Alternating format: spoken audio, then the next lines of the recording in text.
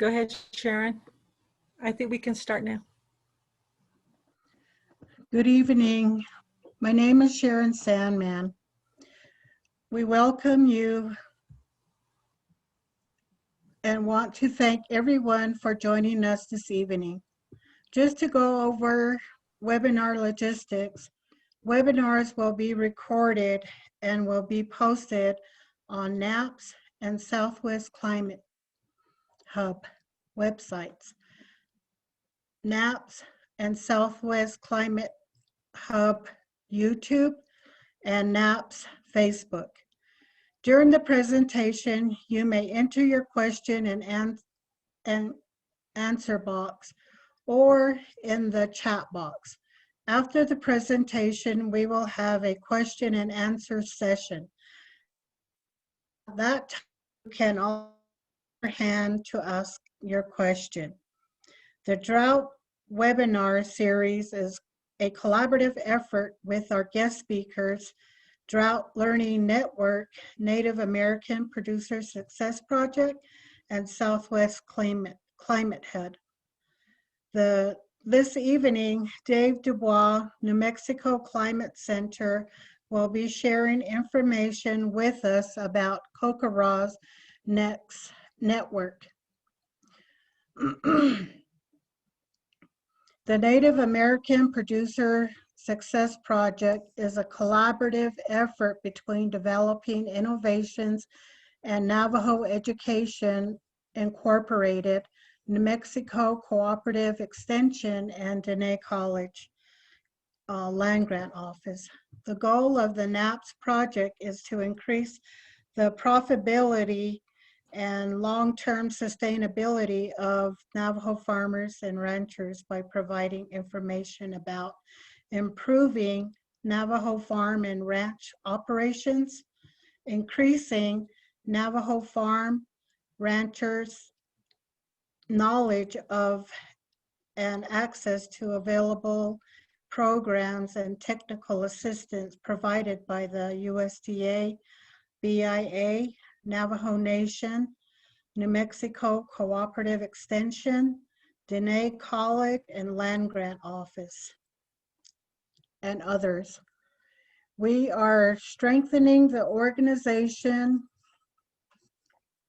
organizational capacity of the Navajo Farmers and Ranchers Congress to address the current and future needs of Navajo farmers and ranchers.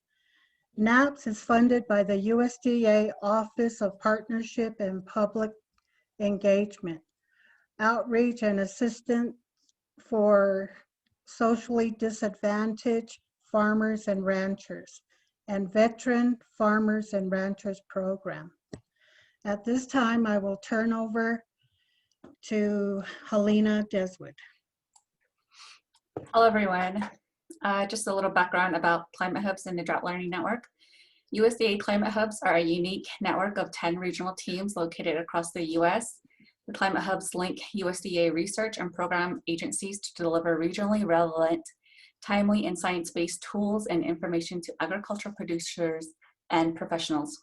The Drought Learning Network links climate service providers with resource managers to increase landscape and community resilience in current and future drought. Go ahead, Sharon. Okay, thank you, Helena. At this time, we will turn this over to Dave DuBois.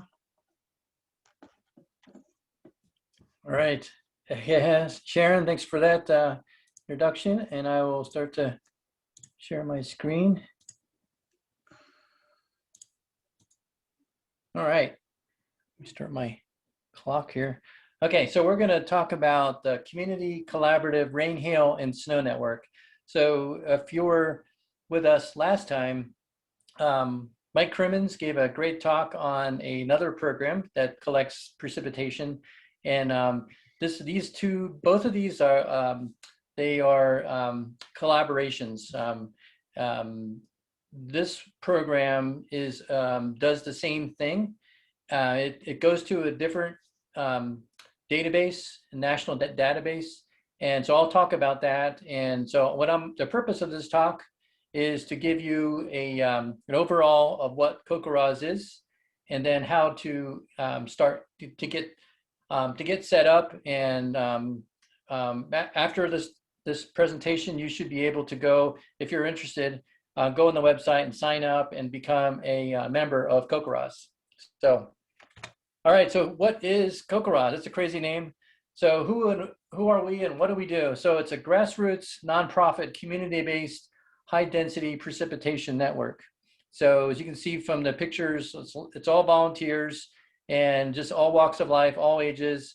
And our goal is to put together and collect precipitation.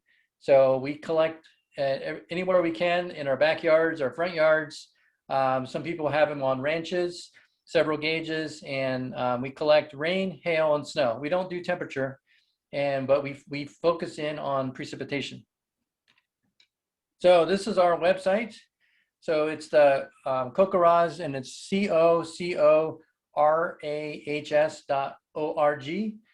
You could put the www or leave it out, either way. But this is, I did a screenshot of the website this afternoon, and that's a picture of all the observers. So every little dot you see there, let me turn on my highlighter pen so I can show you. So all these little dots in this map are individual observations, like people, you and me, to submit their precipitation. So as of this afternoon, there were 9,765 observations that were submitted to CoCoRaHS. And and the colors are by the amounts. And it looks like the highest in the US was 8 inches. So that's a lot of rain somewhere in the US. And we actually had some precip in New Mexico. So that's our website, and I'll talk more about it in a minute. Okay, so our aim, so what do? We collect precipitation, but our aim is to provide the highest quality data for various different users. I just included a few: natural resources, education, research applications. And you probably have seen maps that show precipitation over the Western US. And some of those maps are actually use CoCoRaHS to make the maps more accurate. So our program supports other climate and related applications and mapping. And so this data is not just to make pretty maps, but it's actually used to collect the climate record over time. So this is a one way to get the data into something useful so that water managers can use, and it goes into the national database. So this is a public data. So once you submit your data, it becomes part of the CoCoRaHS system, and it becomes available to other users, and other users, for instance, make maps of precipitation on a daily basis and then on an annual basis. Okay, so the rest of this talk, I'm going to be very practical and talk about, so what kind of things do you need to do to sign up, and what are the things that we require of users. So there's two things. I'll talk about what we will need from you, and then I will explain what you will need before you can participate. Okay, the first thing is all of our applications are online. It's through CoCoRaHS.org. On the upper right corner of the web page, there's a sign up, and once you click that, since we are actually several nations in Canada and US, you select US, and this form will pop up, and all you have to do is fill it out. And so you need to know your location. So we need to be able to put a dot on the map. So and there's ways we can do that we can always follow up with you on ways to get, not, because some people don't have a street address, some people do, but if you don't, you'd still get a latitude, longitude fairly easily. And then the third thing is a commitment to collect accurate scientific data. So that's that guy there in the bottom left. He's the guy who came up with CoCoRaHS, and it actually started up in Fort Collins back in 1997, and then we started collecting data right in 1998. And that's how CoCoRaHS started, through a flood. And it's just to show you him saying he's going to collect good data. And then lastly, we do communicate with observers a little bit. So we don't send out a lot of emails, but we do send out a newsletter, and occasionally we'll do outreach in webinars and things like that to kind of keep up to speed on CoCoRaHS. So that's all there is need from you. Okay, things you'll need to start collecting. So if you go on the website, you'll sign up, and then once you sign up, you'll get a station number and a station name. And for instance, I just chose one in Doña Ana County, but it could be any county in the U.S. You'll get an NM, New Mexico, DA is Doña Ana, and then a number. That's the sequential number. How many people have participated in that county, and then you also get a station name. And then there'll be some training. If you need more training, there's on the website. And also it really helps to have a desire to help out, to be a volunteer, study and learn about storms. You'll learn a lot if you participate with us about collecting data, as well as looking outside and looking at the rain, hail, and snow. And then we'll have like this to be suffice for a training. And also, once you get online, this will be your interface to log into the website, to log in, to enter your data in. So you'll get all that if you sign up. You'll get a username and password, and that'll be yours. You can put it on we actually use cell phones as well as a website. So on a daily basis, this is all you need. So on the left is the rain gauge, and I actually have one right here. So it's very, very simple. It's just a plastic rain gauge with a funnel and then an inner and outer cylinder. And so you'll mount that in your backyard or front yard. And I actually have I brought one as a prop here in my room. So this is basically a 4x4 piece of wood. It doesn't have to be exactly like this, but it's sturdy. It doesn't blow over. And you can mount the bracket on the side here. I put some screws. So that's all you need to do. And you can mount it on something else. You can put it on a T-post as long as it doesn't wiggle and break off.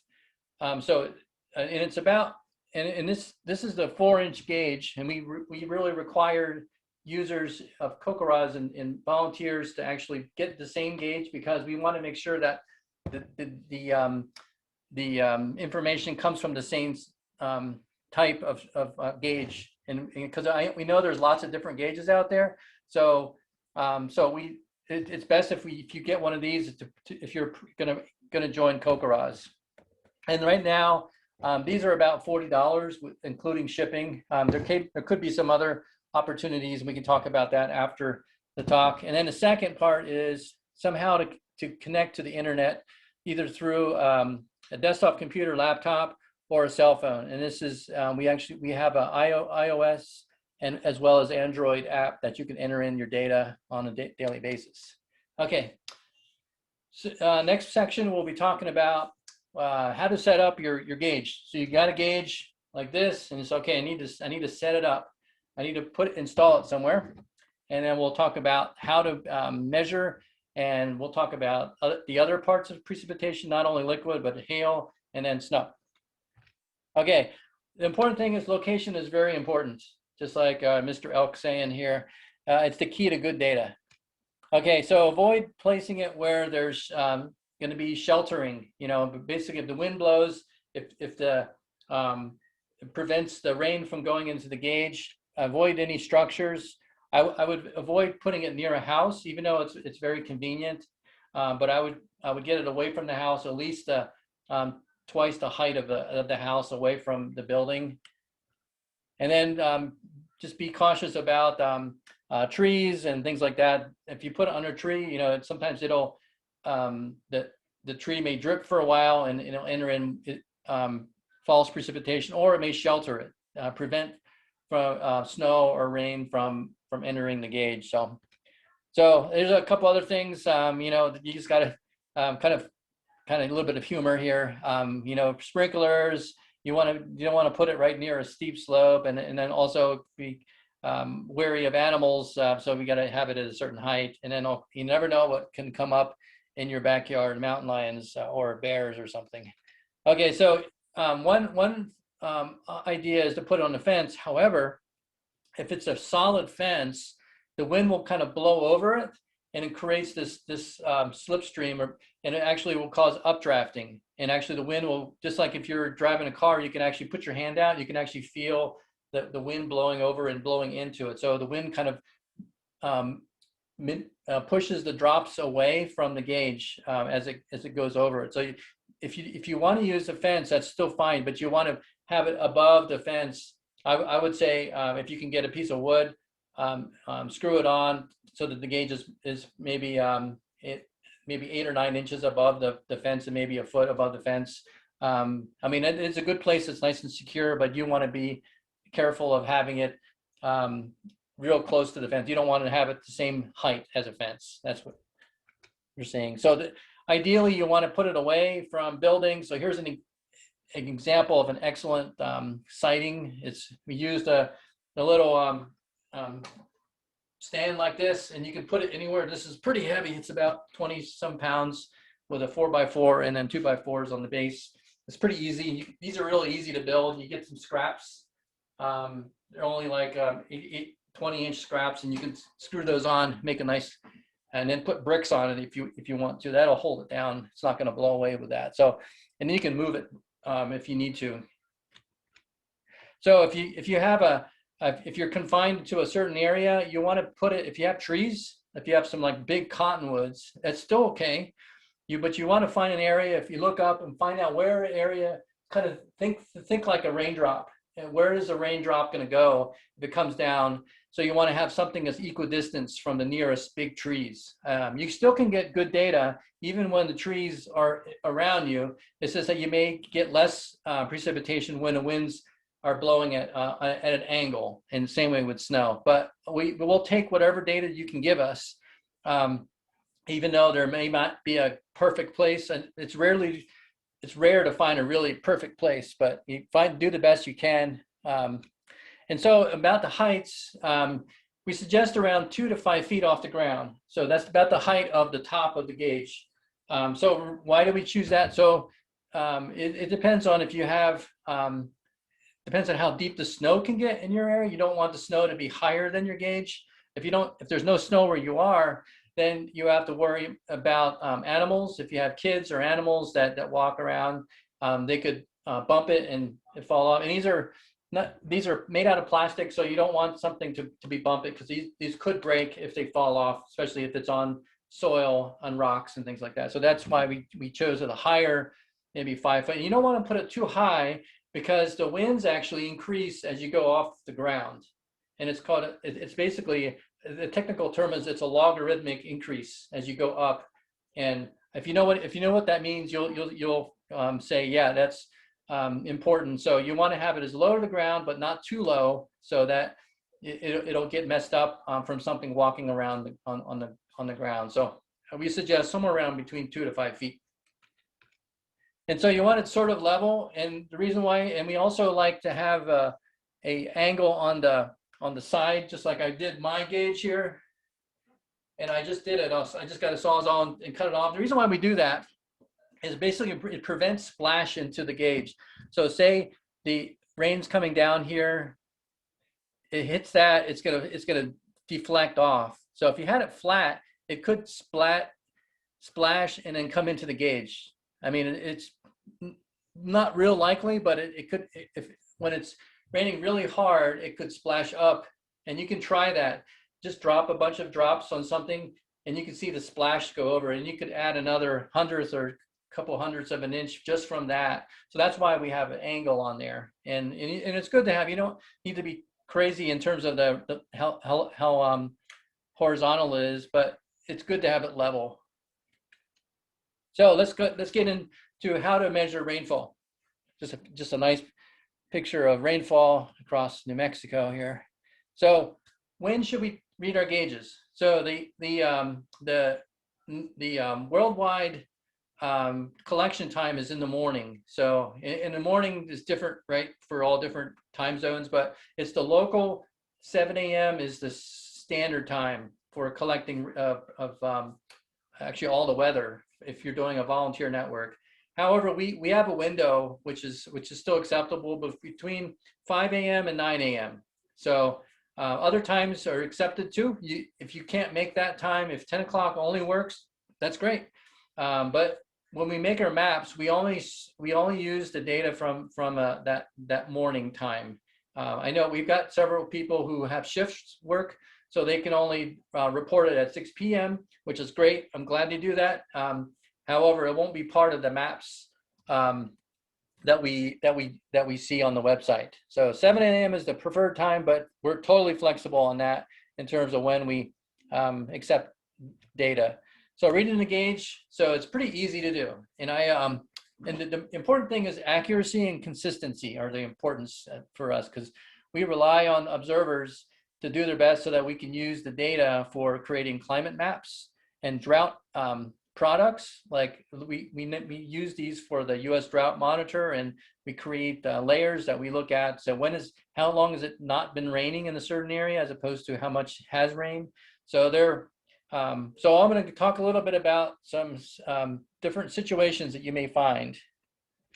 Okay, the most common observation in our area is a 0, zip, nada, nothing. So the gauge is going to be empty, and it will probably over time, if you're an observer, you'll probably measure more likely dust and bugs on your rain gauge. So you'll want to be able to clean that out. But your most common observation in the West is going to be 0. So 0 is data, right? So we want to, even though there's no rain, we like to actually have a data entered of 0 if it's not raining, because if you don't put data in, it'll say not available. So we don't know if it actually rained, or you're away from, it didn't rain, or if you're away and not there. So we really prize and treasure those zeros that are officially zeros that are not there. So it's real important for the network to know that it did not rain. It's very important that it rains, but we need to report the zeros, because we use this product for using it for tracking drought. And drought is, how many days have we had without rain. So we need to have those zeros when we put them into our system. The second one is if it just has just a little bit of rain, just a few sprinkles. You've seen it before. You see the drops come down on the ground. You just see, like, you can count them on your hands, right? We call that trace. So really, there's no accumulation, but we know it rained, and it won't go into any totals. But we know it did rain, so we call that trace. So for instance, like you took a measurement in the morning, and then at 3 p.m. or 4 p.m. we got a few sprinkles, but by the time you read the gauge and the next day, it had all evaporated. Poof, it's gone. But you did remember that it sprinkled yesterday afternoon, and even though you didn't register it, you didn't see it during the next morning, put a T there anyway, because that'll show us that it actually did. There was some precipitation, but it was only just a few drops, just like this picture shows, just a few little drops. Okay, the third thing is we get this thing called a meniscus. So I actually have my gauge here, and this is a brand new gauge, so there's not a lot of meniscus in. I actually preloaded it up with a storm. I created a storm in my house here. And so meniscus is basically surface tension. It pulls the edges of the water on a surface here. It actually makes like a bowl. And so what we do is, to be consistent, we read the bottom of the meniscus. So whenever because it's kind of like a bowl like this, we don't read the top, but we read the bottom of it. So in this example here, you can see, so this is the 0.2, and this is 0.21, 0.22. So the answer in this one would be 0.22. If you took the top of the meniscus, it would read 0.23. So there in some cases, it actually could, you could inadvertently add 1/100 of an inch every time you take every time you take an observation. So we want to be able to be consistent and take the bottom of the meniscus. So 0.2, 0.20, 0.21, 0.22. That would be the answer here. Okay, so I don't know if you can see this or not. Can you see? This is an experiment to see if I can. Let me put it close to my face so it can register here. So if you can type in, if you can see that, type in the chat, what would be the answer to that? How much rain fell? Can you guys see that? Okay. What's your guys' answers?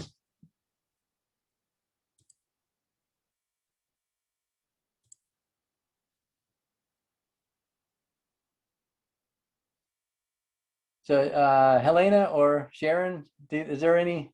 I don't see any chats. Do you guys see any? Yeah, there's some inputs. 0.44 inches is one guess, and then another 0.35 inch. Any more? Those are the only two I see. Okay. Well, let me do it one more time. And let me see if I can get my camera to focus. There we go. If you can see that. I don't know how close you can get to it, but I would say it's about 0.44. It's right on the edge there. The top of the meniscus is at 0.45, but the bottom is sort of in that 0.44. So that's and sometimes I have to put it up in the sun to see it, and then put your eye right level with it. So that's the hardest thing that we have to do when we take measurements is read that line, and it's your interpretation and experiment with it, and so we really treasure all the values that you guys get, but it's real important that the right numbers are entered. So like for instance, there's a big difference between a 0.4 and 4. So probably the most common mistype of calculation and entering data is moving the either putting a 0.4 or 4 or something like that in the data. It's that it's getting that right. So there occasionally could be times when you get a really heavy downpour, and this is what it looks like when I just put that one back in. But there could be times when this inner cylinder, this is your measurement cylinder. This here only just stores in case it overflows. So on the top of this, it goes all the way up. It starts at 0, and it goes all the way to 1 inch. You probably can't see that, but it says 1.00. So if we get a really heavy storm, it's going to actually overflow. There's a little notch in here. So it's going to overflow and empty out into this bigger cylinder here.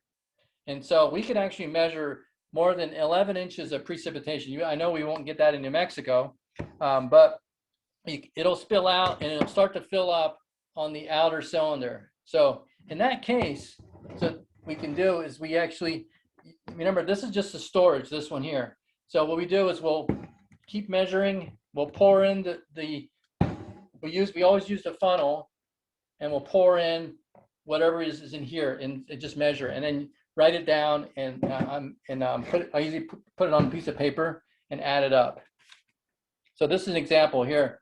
So if the measurement is more than 1 inch, meaning that this cylinder is filled all the way to the top and there's water sitting in here, you'll need to do a few things. So you first measure what's in the inner cylinder, and then you pour out whatever's in there, and then you'll start pouring in whatever's in here into here, and then you just add it up.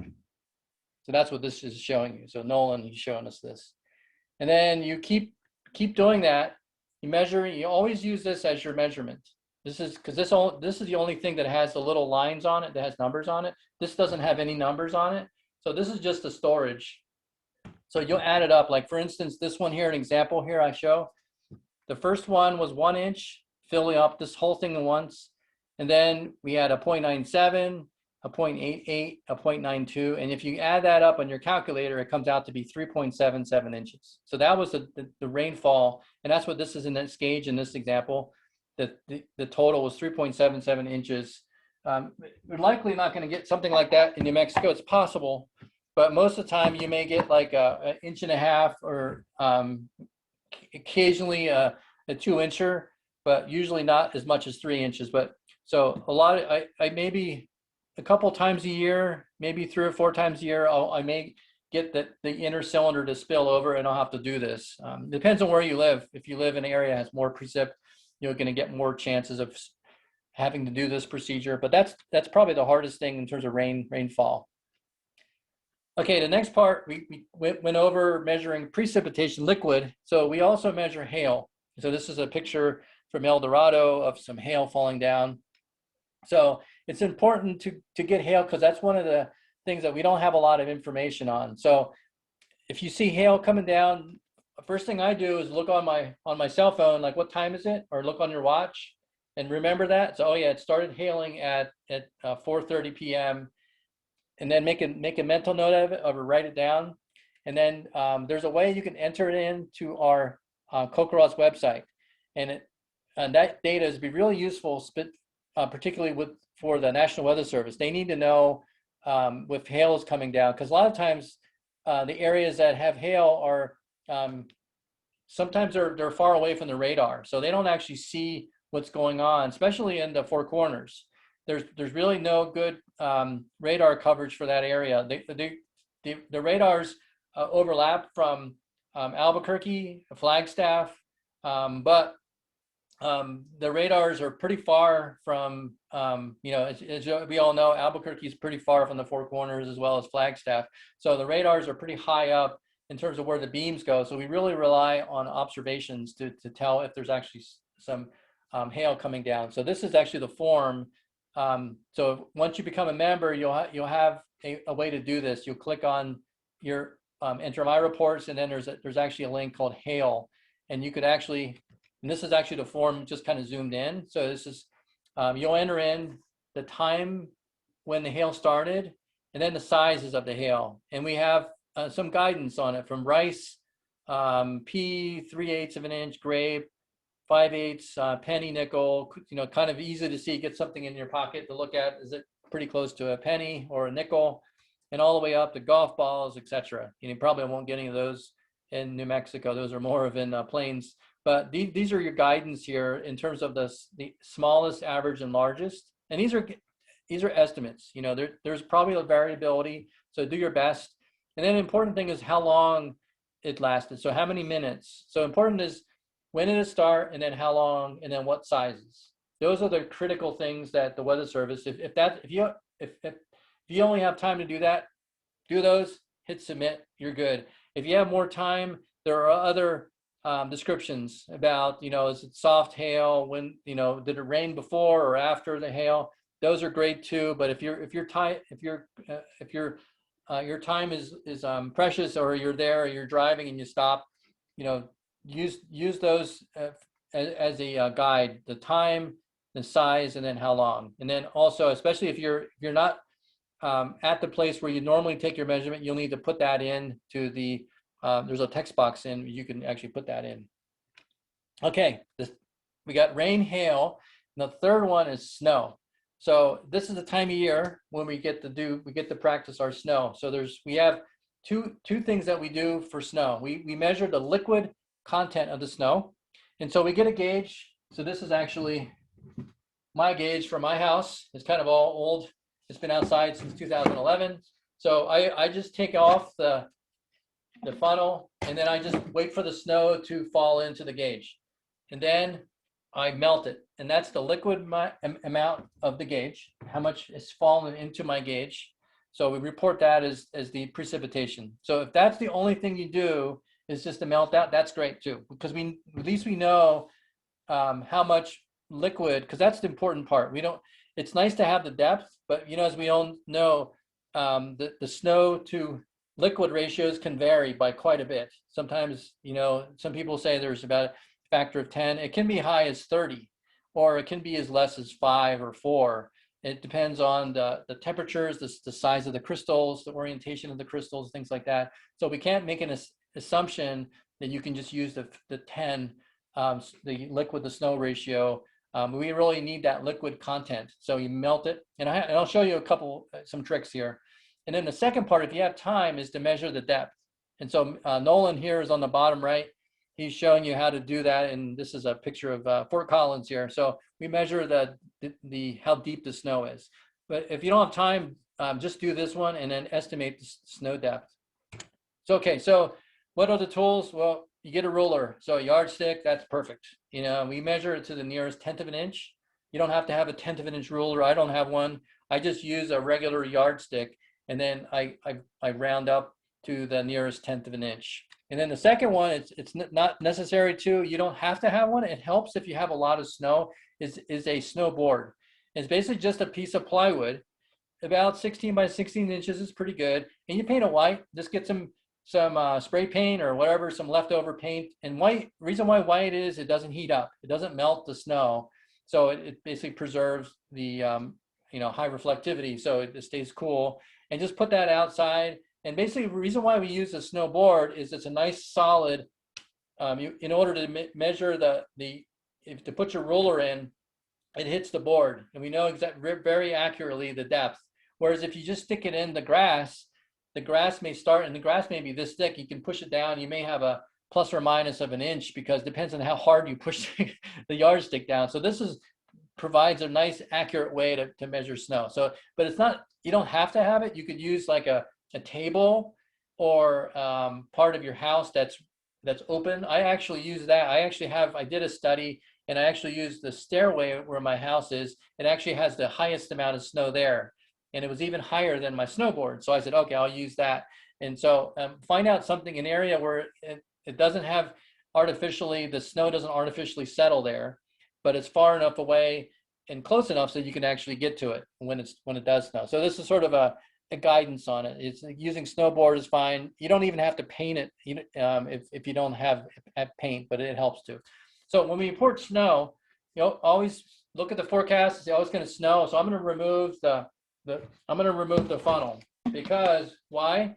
Because if you get like 3 or 4 inches of snow, it's just going to pile up like this. It'll just look like a big snow cone.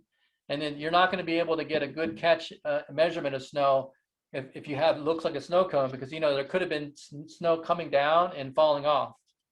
So what you want to have it is open cylinder, and then just put all the funnels and the inner cylinder in your house while you wait for the snow. And then what you need to do is, when the snow comes in the morning, you'll need to take the snow, and I usually bring it inside my house and melt it. So you could, if you're really patient, and if it's not snowing out, you can just wait for the snow to melt.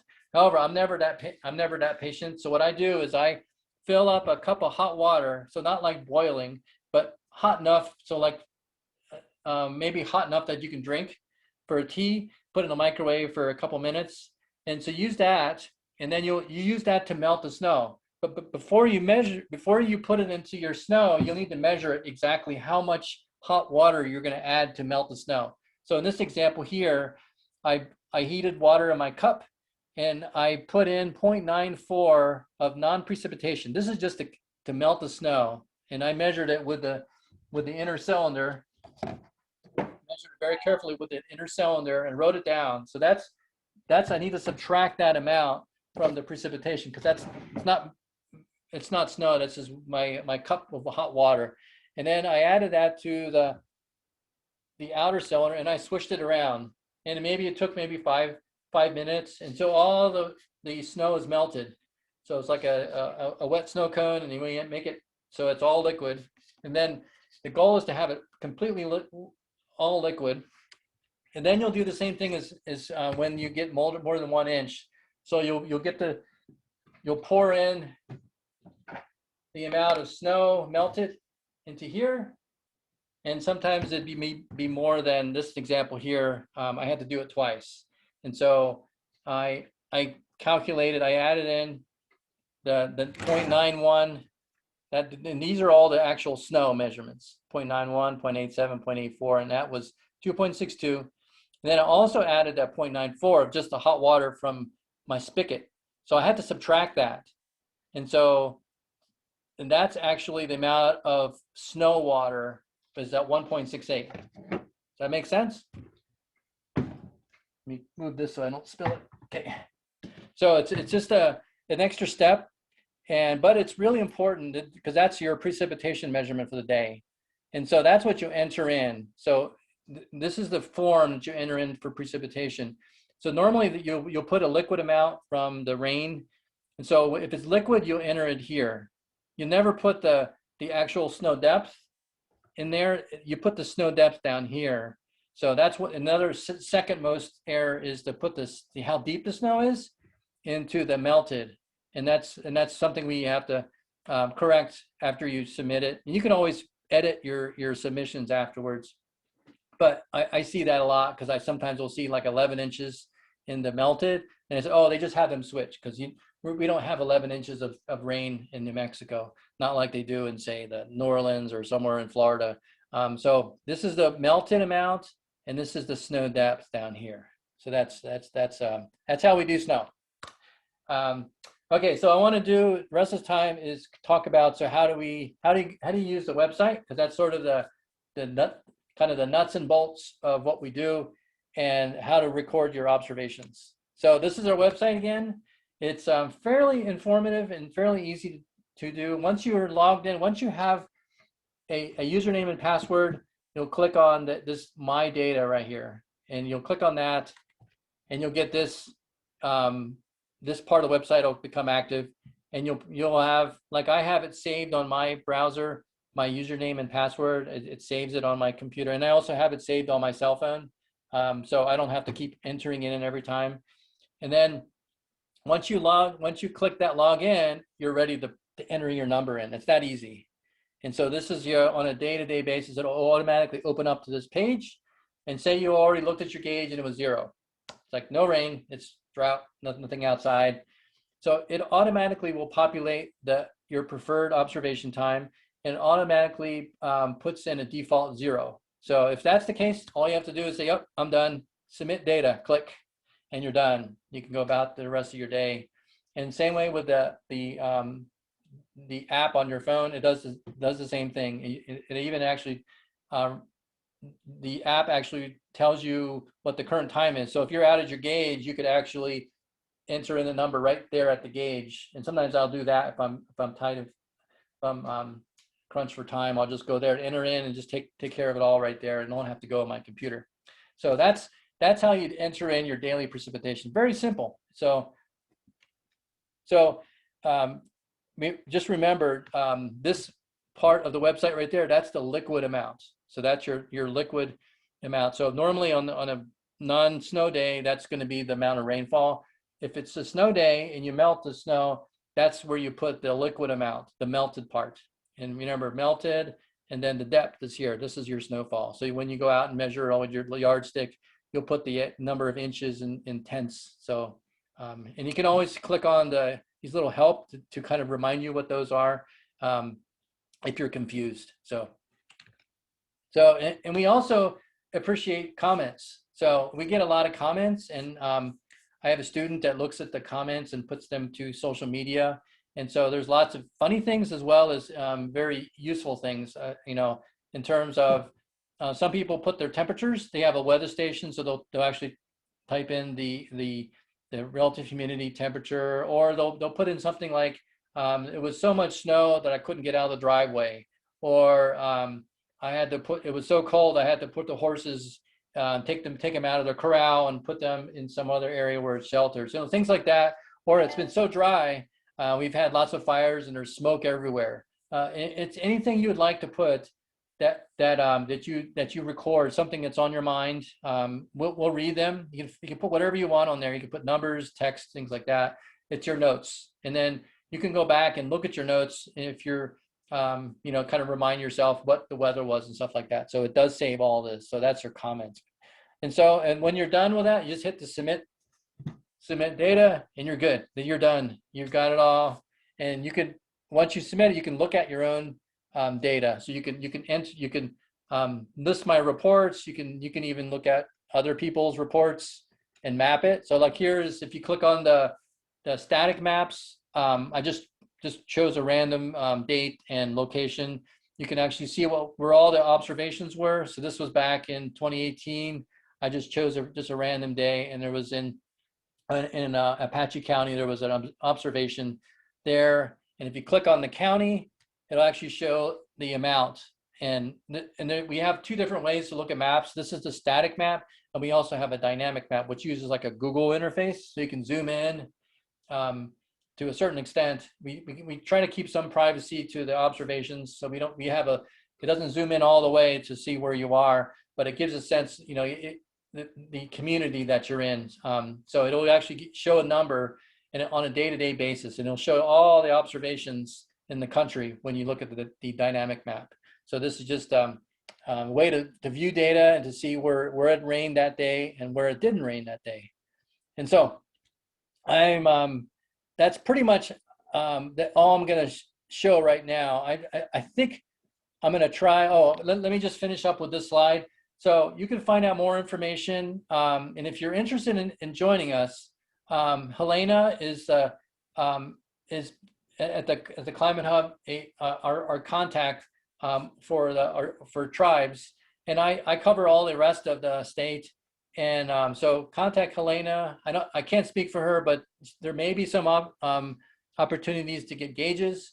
I have a very limited amount of gauges. I have just a few. I mainly give them to people who have been observing for more than, say, 10 or 12 years. And sometimes the gauges get all clouded up. Like this one has been outside since 2011. And eventually they'll start to break. Like this one has a big crack in it. So I've been providing gauges to those people who've been doing it for many years. I also there's a website there below my email. That's we have maps there to provide to look at the amounts over time. And if you're already a CoCoRaHS volunteer, I just want to say thank you for coming out and joining us and helping us create a great product for the country. And so one of our things we say is every drop counts. And so I will leave it there, and I'm going to show you if I can. Let me just stop sharing a minute here. The live website. Let me see if I can do that. Open up. But we can take some questions while I do this. So Dave, there was a question from Michael. He asked, the hail size is in diameter, correct? Correct, yeah. Can you guys see this? This is the website. I'm assuming you are. Yes, yes. Okay, good. So if you click on the dynamic map, this is live, so who knows what's going to happen. So this is today's observations. So here's, if you look at, there's very few. We need some more observers in the Four Corners. We have very few out here. We've got a lot in some of the other urban areas. So here's like Santa Fe, Albuquerque, we've got quite a few. And then the rural areas, we really need to get some more observations because we use this to create maps of precipitation. So let me go back. So you can actually go and get their data. So these are all the actual values. Let me just do one, for instance. Here I just had just one. Let me go back in time. So you can go back and look at, whoops, there's nothing for that one. Let me just type in mine. These are all my observations where I took. So you can go back and look at the mapping, or you can view the observation. So this was I had trace amount on my gauge, and you can go back in time. Just click on the start date and see what you measured, and then you can actually go back and do a sum too. You can export it to like Excel if you want to, or you can go back.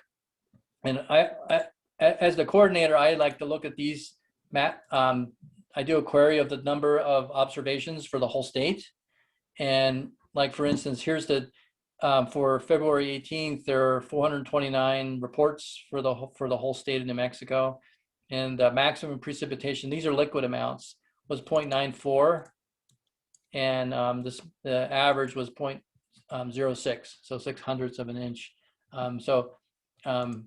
Let me just kind of show you so this is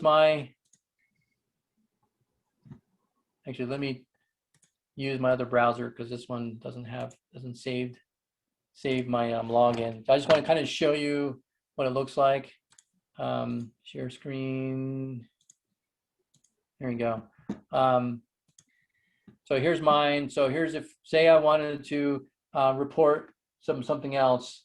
So like hail. So I'm reporting hail. So this is live on this is my station. So say it was some hail came in at 4 p.m. And I noticed that it was the smallest was pea size and the largest was grape size. The average maybe 3/8 of an inch, and it lasted for 5 minutes. If that's my observation, I just hit submit, and they would go to CoCoRaHS, and it would also go to the National Weather Service office, and so they would actually get that observation, and they use that to say, oh, it's hailing somewhere. I'm going to look at the radar and see how this hail jives with the radar. So it's a way to get that information. And so, for instance, another question too I've gotten is, what if I'm not there every day?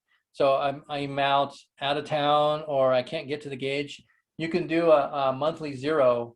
So I haven't entered in my value for yesterday, but if you could actually click on that and say, oh, I did read the gauge, but I didn't have time to enter it into the website. So I just click that and then hit submit.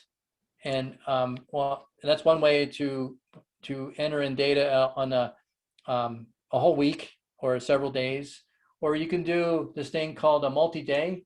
So if you missed a day and you actually didn't look at the gauge at all, it's like, oh, I couldn't make it because I was out of town or I was sick, I didn't get outside. You could actually do a multi-day. You measure it one day and then you say, oh, I was sick for 4 days, so I didn't measure it until that one day. So you don't know, and there was rain in the gauge when you got there after that 4 days. You could actually enter in that amount here. So say that there was 0.05 inches when you got there 4 days after your last observation. You just type in the first day of accumulation, and then when you read it, when you emptied it, and then hit submit. So this is one way to do it. It's a multi-day observation, and that's fine. We take whatever observations you can give us, and we actually use on our mapping. We do those multi-day as well as the every day to sum how much precipitation fell over, say like a week, a month, a year, and so we'll do we'll actually do the math for you, and in total and make maps that way. So so that's one way to that we really would help us out to do that. And here I just want to click on the training. So if you click on that training, you can actually go, there's PDFs to basically this presentation here, that one that says get started, that basically is very similar to what we just talked about just now in the last 40 minutes. And then over on this, to the right of that, there's in-depth snow measurements. So if you totally forgot about how to do snow, you can download this PDF and save it, and then go through the snow and go through how do I actually do this. And there's a lot of things you can say. If you get like ice storms, how do you actually do the observation? And you can do this thing called condition reporting. So we actually do that as part of the CoCoRaHS condition reports. You can, as you're a member, you could actually submit a report, and you could click on here. You could say, okay, at my backyard or area that I work in, is it severely dry, moderately dry, mildly dry, or above average, wet? And then you can click on some text. You can type in something, even my cottonwoods are dying. You can type that in if that's what's going on in your yard. And then what are your reports? You would, if your cottonwoods are dying, you would say it's plants and wildlife and maybe agriculture or something, depending on how much it's spread out over your backyard. And then you hit submit data, and that goes in, and then we map that. Let me just show you that. We put the US Drought Monitor as the background, and then all the reports, and this is the whole country. So let me zoom into our neck of the woods here. And so each of these little triangles are observations from people. So here's one. It says state hydrological tech here, Wednesday in community, well, aquifer down 16 feet, water very hard, highly mineralized. So that's a drought impact. There's an observer, it looks like up by Aztec up here, rain yesterday, then snow. Moisture in the mountains will be good as it fills the rivers. So there's sort of a, it's an observation. And then we've got other folks just north of Roswell, talking about how bad it is in terms of, things are dormant, but there's very little feeding going on with the cattle and the rangelands.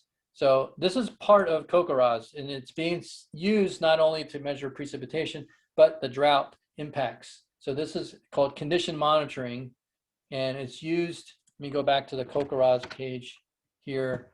You enter in on, once you're logged in, you connect. So this part of the website is this is where you enter in your information. There's a line here called condition monitoring report, and that's where you enter it in. So it's very simple. And then also we have the Android, the app. I have it here. I don't know. You probably can't see it. Let me try to bring it up because it's probably my camera. But that's the app ready to go. It's probably hard to focus in on it, but I have it set up with my username and password to so I can enter in data for. So I'll stop there, and if there's any other questions, I'll stop sharing. So. You could keep sharing your screen, Dave, if you would, please. Sure. You can keep sharing your screen, and we will have 10 minutes for questions and answers. Be glad to answer any questions. So like I said, this is complementary to the rain log that Mike Crimmins gave. There's different users for different types. So if you can't get to your rain gauge every day, or you can only get to it, say, once a month, you put them out pretty far away. You can take a horse and go up there. This may not be the right program, the CoCoRaHS. Because if you leave the precipitation in the CoCoRaHS gauge, it'll eventually evaporate. Whereas the gauges that Mike Crimmins has, there's oil, and it actually prevents evaporation. And so those are really good for if you want to just leave it out there and collect precipitation over time. Whereas the CoCoRaHS, it's designed to be collected on at least every day to every few days, because there's a little bit of evaporation. The hole is small, but there's still a little bit of evaporation that'll occur out of this gauge. And we typically don't put oil in here because there is an inner cylinder that would mess up the measurement. Whereas Mike Crimmins, his is designed to be used over long periods of time, which is great. So there's two different ways. If you have a ranch and you want to put one pretty far out and you just want to know how much rain fell over this month or the year, you could go ahead and create one of those rain log.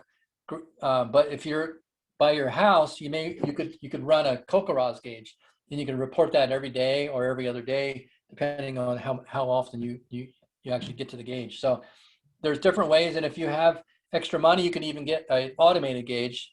We don't use automated gauges in CoCoRaHS.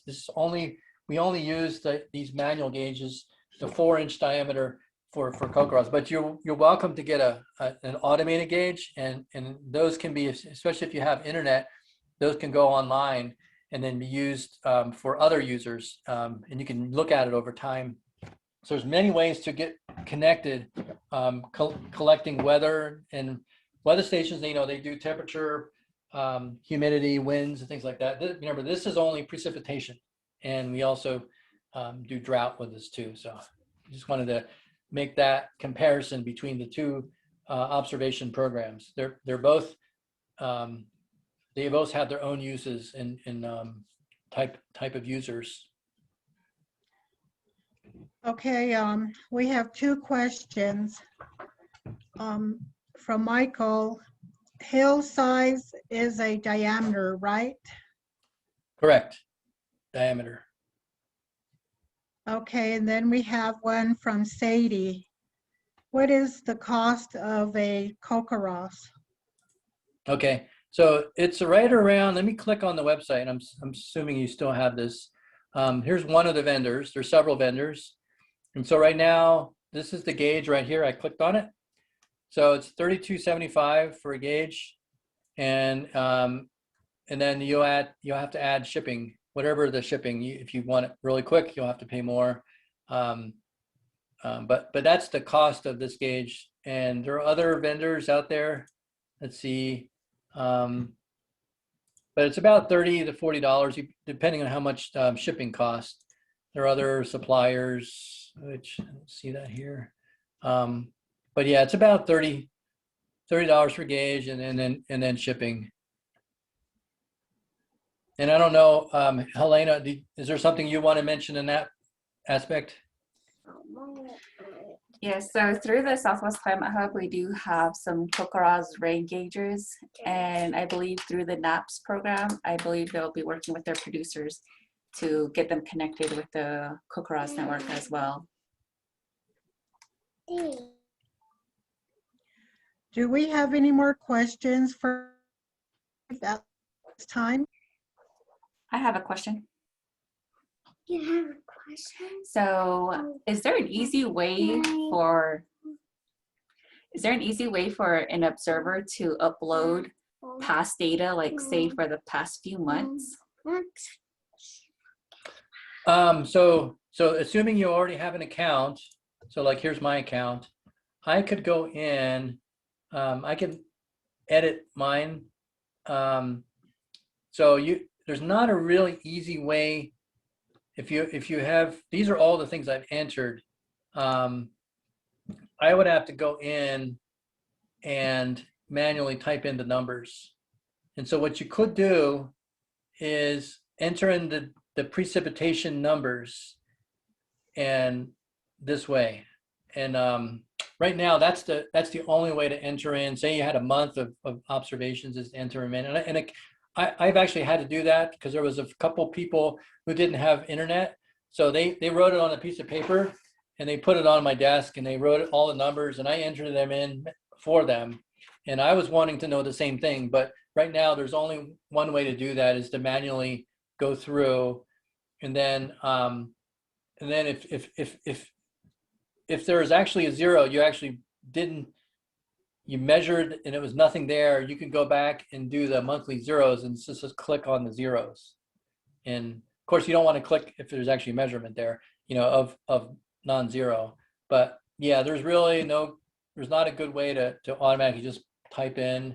Maybe in the future is to go and enter in like a spreadsheet or something like that. But yeah, that's a good question. I have Okay, an observer who has a year's worth of data they have not yet entered yet. And so I'm looking for volunteers to help me. I'm just kidding. Let's get it in. Let's get in. Do we have a volunteer to type it in for you? Okay, Buy you well, a it candy looks bar. like we don't have any more questions, but we have a departing from Michael Patrick. He says, great presentation, Dave. The NAPS project will look into the recruiting and supporting volunteers on the Navajo Nation to participate in the CoCoRaHS network. Wonderful, wonderful. Thank you. Okay, I believe we're done with questions and answers. So at this time, I will turn it over to Sadie Lister.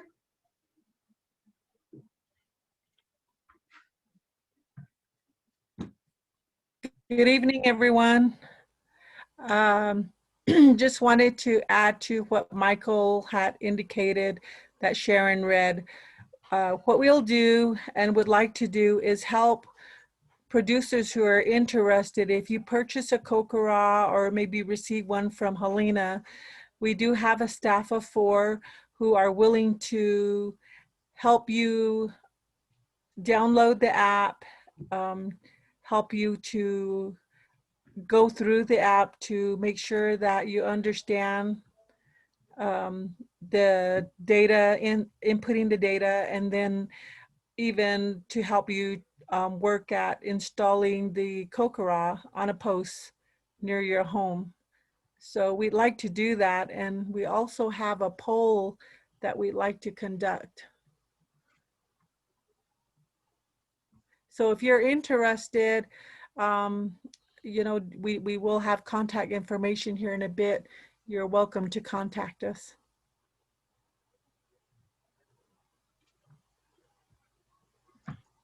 Okay, at this time, we Okay, will there is wrap up a question.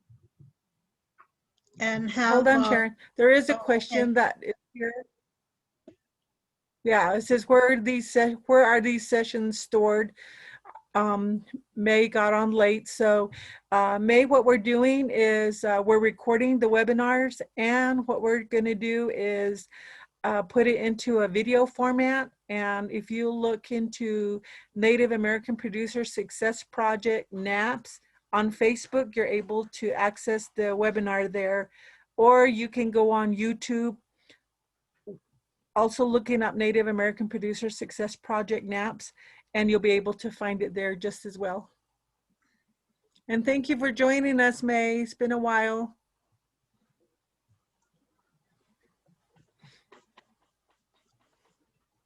Okay, at this time, we will wrap up and have poll questions posted. If you can answer these questions, and it'll help us out a lot on what we can bring to these webinars.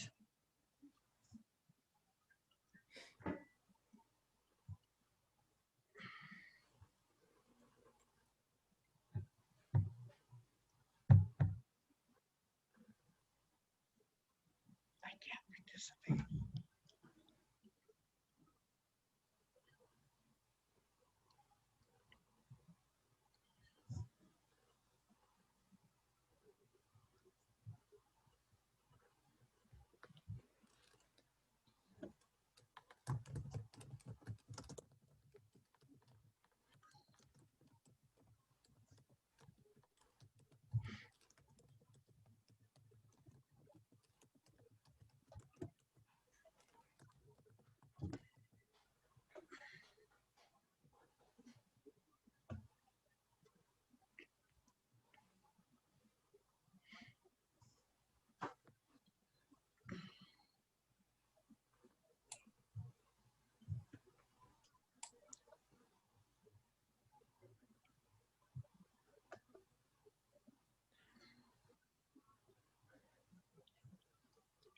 There's a question from Ernest. He would like to know if we are trying to get more locals to collect data.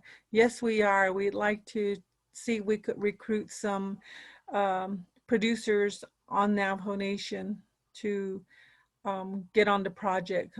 Like Dave showed on his screen, you know, there wasn't very many. There actually, I think there was only one out in the Page area. So I think this is a good idea. Okay, there's another question. Interested in oil field rain gauge for a remote area. NAPS can help.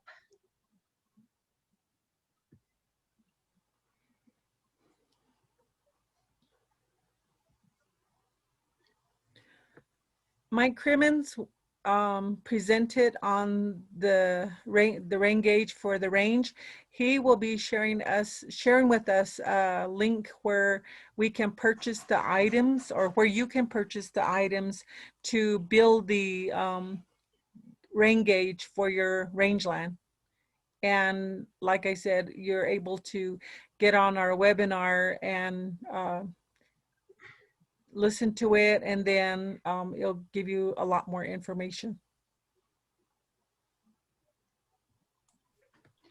Hi, Ernest. This is Helena. So we had originally planned a rangeland precipitation monitoring workshop in New Mexico, and we're planning one for Arizona in the future. And so these are a do-it-yourself rain gauge. It's a cumulative. It's made out of PVC pipe, So if you'd like more information, if you could share your email with me, I can send you more about that.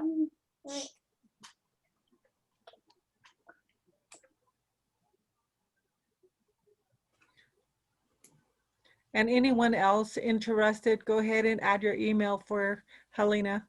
Thank you. Okay, thank you, Dave, for such a great presentation on this CoCoRaHS. We appreciate all the information you shared with us and hope to see you again on a webinar. Thank you. Please join us for our next week for our last webinar in the series at 5:30 p.m. Mountain Time. Our speakers will be Crystal Tully Cordova, Navajo Nation Department of Water Resource, and Nikki Tully, University of Arizona.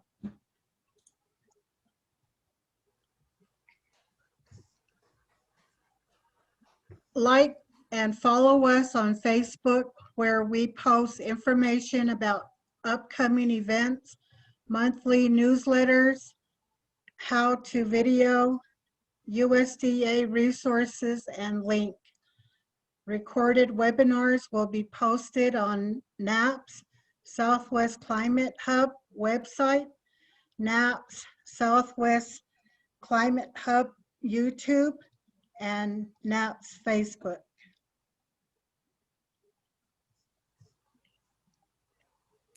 Thank you all for joining us. We'll see you next week at 5:30 again.